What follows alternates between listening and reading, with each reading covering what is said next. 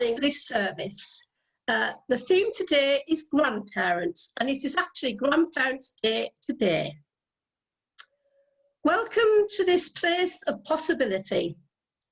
This is Love's Hearth, the home of hope and refuge for minds in search of true unfolding. Ever beautiful, ever strange.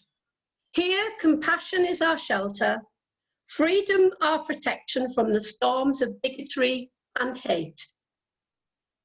This place, may we find comfort and courage. Here, may our sight become vision to see the unseen, to glimpse the good that is yet to be. These were some words by Marianne Hatchen-Gotter, UUA member. And our chalice lighting.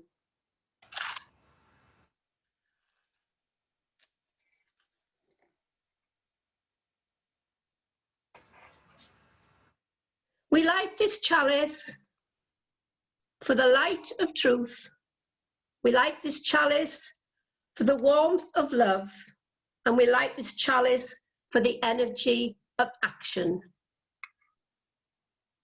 I only ever knew my grandma, my mum's mum, because my granddad died when I was about 2 months old, and I never met my dad's parents. So, but now I've got grandchildren of my own. I really enjoy being a grandparent.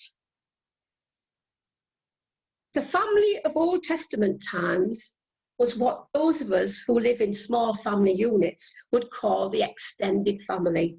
It consisted not just of parents and children, but grandparents, aunts, uncles, cousins, and servants too. It could be very large. In this kind of family group, the grandfather had complete authority, not just in practical matters, but in religious ones too. When he died, his eldest son took over by right of birth. The leader's word was law. Many families today are much smaller, and grandparents, aunts, uncles, and cousins often live many miles apart, often in other countries. If grandparents live quite near, they often rely on them to look after children whilst they're at work, often because childcare is expensive or hard to find, or they need help before and after school hours. During this pandemic isolation, when grandparents were often isolating because of health issues, they couldn't look after grandchildren. Many parents were unable to go to work, except for essential workers who were able to send their children to school. As a grandparent, I enjoy seeing and having the grandchildren stay occasionally, as they can go back home. But looking after them would be a full-time job, would be very tiring. Last weekend, I had my 12-year-old grandson and his 1-year-old, well, 17-month-year-old little brother staying with me overnight. Well, by Sunday evening, when they took them back home, I was absolutely tired out, but I love them both. So now it's your turn. Any thoughts about grandparents that you would like to share with us? Brian's got his hand up. You'll have to unmute yourself, Brian. There you go. 2 comments, please. One, synchronicity. I was listening to a review of Eckhart Tolle's book talking about the flow, the power of now. And this morning, Diana, your daily uplift, you meant flow, yeah? So that's one synchronicity. Today's service about grandparents. I heard 2 days ago, my youngest daughter is expecting my first grandchild in April. So there you are. Congratulations! Woo! That's lovely, Brian. Louise has raised her hand. If you unmute yourself, Louise, go ahead. I don't know gonna if mute you anyone again, can Brian, see sorry. this. Let's see if we can put Can you it hold it? there. Brilliant. This is a photo. There we go. It's a bit closer. It's maybe tricky to see, but the older couple at the back on what appears to be the left-hand side of this photo are my own grandparents on my dad's side. This is the entirety of my dad's side of the family. So if anyone's interested, I'm the little girl in the pink dress.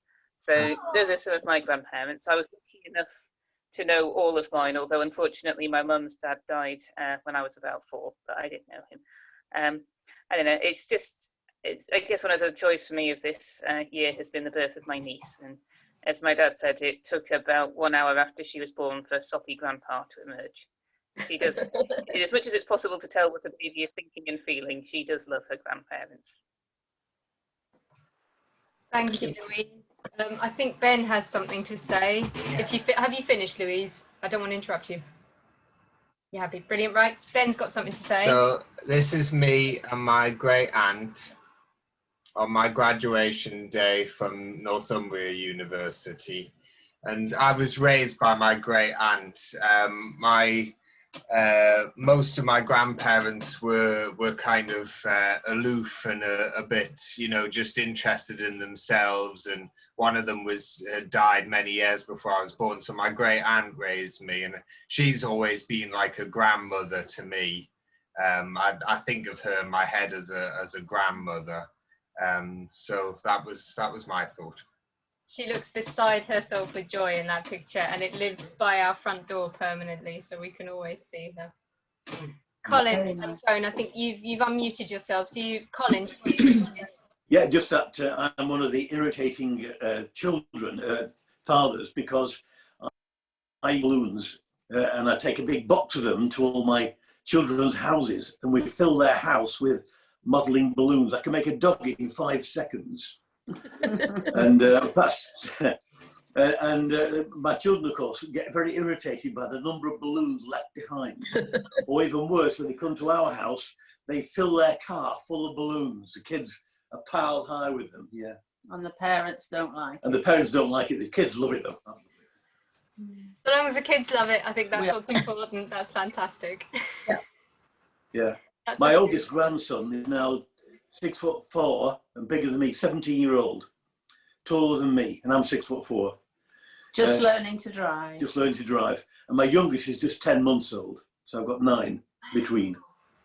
Right, so I've got many busy years ahead. Yeah. Haven't you just? Yeah.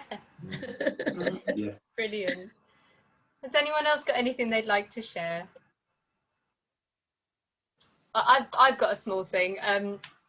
When we moved into this flat, we couldn't have done it without keeping some of the things in the family. So when my grandmother passed away, my mum's mum, my mum's dad had passed away several years previously.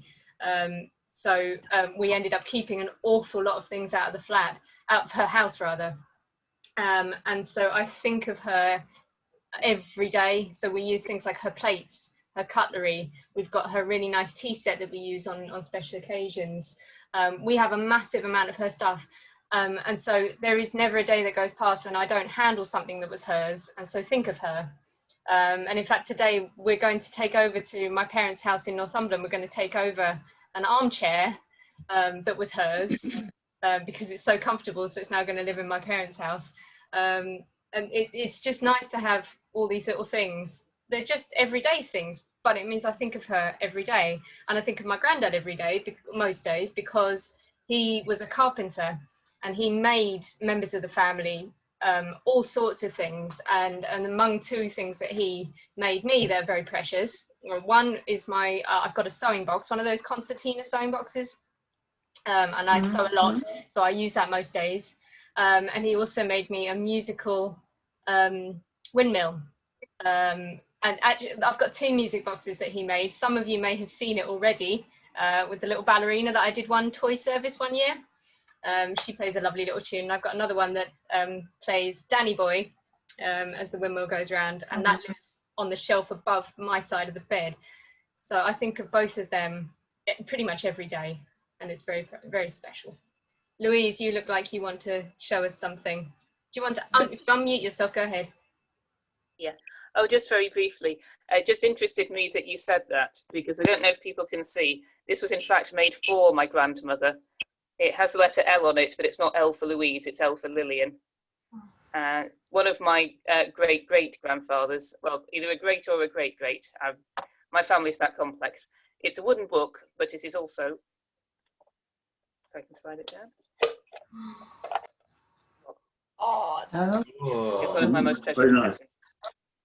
Yeah. that's one of the things my granddad would have really appreciated, that he loved secret boxes, secret wooden boxes that had a trick to them.